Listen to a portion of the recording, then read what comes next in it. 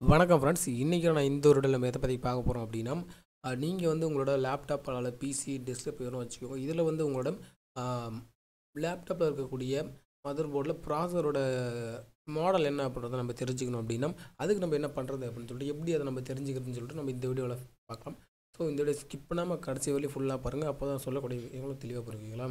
So வாங்க வீடியோக்குள்ள போகலாம். நீங்கள் நம்ம சேனலுக்கு இப்போ புதுசாக வந்திருக்கீங்க அப்படின்னா கீழே இருக்கக்கூடிய ரெட் கலர் சப்ஸ்கிரைப் பட்டன் அழுத்தி பெல் சிம்பிளை கிளிக் பண்ணி செட் ஆளில் வச்சுக்கோங்க. அப்போ தான் நம்ம சேனலில் அப்டேட் பண்ணக்கூடிய ஒரு வீடியோஸும் வந்து உங்களுக்கு நோட்டிஃபிகேஷனில் கிடைக்கும் வைக்கலாம். ஸோ வாங்க வீடியோக்குள்ள போகலாம்.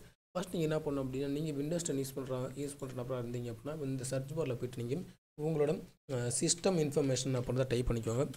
சிஸ்டம் இன்ஃபர்மேஷன் அப்படின்றத டைப் பண்ணிக்கோங்க. சிஸ்டம் இன்ஃபர்மேஷன் அப்படின்றத டைப் பண்ணோடனே உங்களுக்கு இது போல் வந்து ஒரு விண்டோ ஓப்பன் ஆகும். இந்த விண்டோவில் வந்து உங்களுக்கு தேவையான ஒட்டுமொத்தமான டீட்டெயில்ஸ், அதாவது உங்கள் சிஸ்டத்தோட ஒட்டுமொத்த இன்ஃபர்மேஷனுமே கிடைக்கும். இதில் வந்து நீங்கள் வந்து என்ன உங்களோட ஓஎஸோட மாடல் என்ன, உங்கள் ஓஎஸ் வந்து எந்த வெர்ஷனில் இருக்குது, அதே போல் உங்களோட சிஸ்டமோட இன்ஃபர்மேஷன், உங்கள் சிஸ்டமோட மேனுஃபேக்சர் வந்து யார், உங்கள் சிஸ்டத்தை வந்து என்ன மாடல், உங்கள் சிஸ்டத்தோட டைப் என்ன அப்படின்றதையும் வந்து உங்கள் சொல்லுவாங்க. அதே போல் உங்கள் மதர் போர்டோட மாடல், உங்களோட மதர் போர்டு டைப் எல்லாமே வந்து கொடுத்துருவாங்க. நெக்ஸ்ட்டு பார்த்தீங்கன்னா உங்கள் பிஐஓஎஸ் அப்படின்னு சொல்லக்கூடிய அது என்ன மோடில் இருக்குது. அதே போல் தான் உங்களுக்கு மெயினாக தேவையானது ப்ராசஸர்.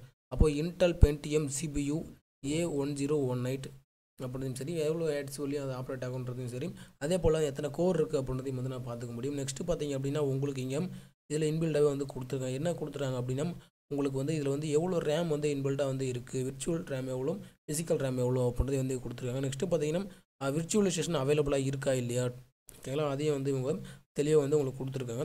ஸோ இதுக்கு இந்த ஒரு மோட், அது மேக்ஸிமம் பார்த்தீங்கன்னா நபர்கள் வந்து நிறைய வந்து நம்ம யூஸ் பண்ணக்கூடிய ஆப்ஷன். இதுக்கு வந்து எதுக்காக வந்து நம்ம இதில் செக் பண்ணோம் அப்படின்னா, விர்ச்சுவலைசேஷன் வந்து ஒரு சில நபர்கள் வந்து யூஸ் பண்ணுவாங்க. அதாவது வந்து ஒரு சில ஆண்ட்ராய்டு ஆப் டெவலப்பராக இருக்கட்டும், அதே போல் வந்து வெப்சைட் டெவலப்பராக இருக்கட்டும், அவங்க என்ன பண்ணுவாங்கன்னா ஒரு ஆப்பை வந்து டெவலப் பண்ணிவிட்டு அதை வந்து அவங்க வந்து டெஸ்ட் பண்ணி பார்ப்பாங்க. டெஸ்ட் பண்ணி பார்க்கும்போது அவங்களுக்கு வந்து ஒரு விர்ச்சுவல் மிஷின் அப்படின்றது தேவைப்படும். அந்த விர்ச்சுவல் மிஷினை இன்ஸ்டால் பண்ணுறதுக்கு அந்த லேப்டாப்பும் சரி, ப்ராசஸரும் சரி கேப்பபிளாக இருக்கா இல்லையா அப்புறம் செக் பண்ணுறதுக்காக இந்த ஒரு இதை வந்து பயன்படுத்துவாங்க.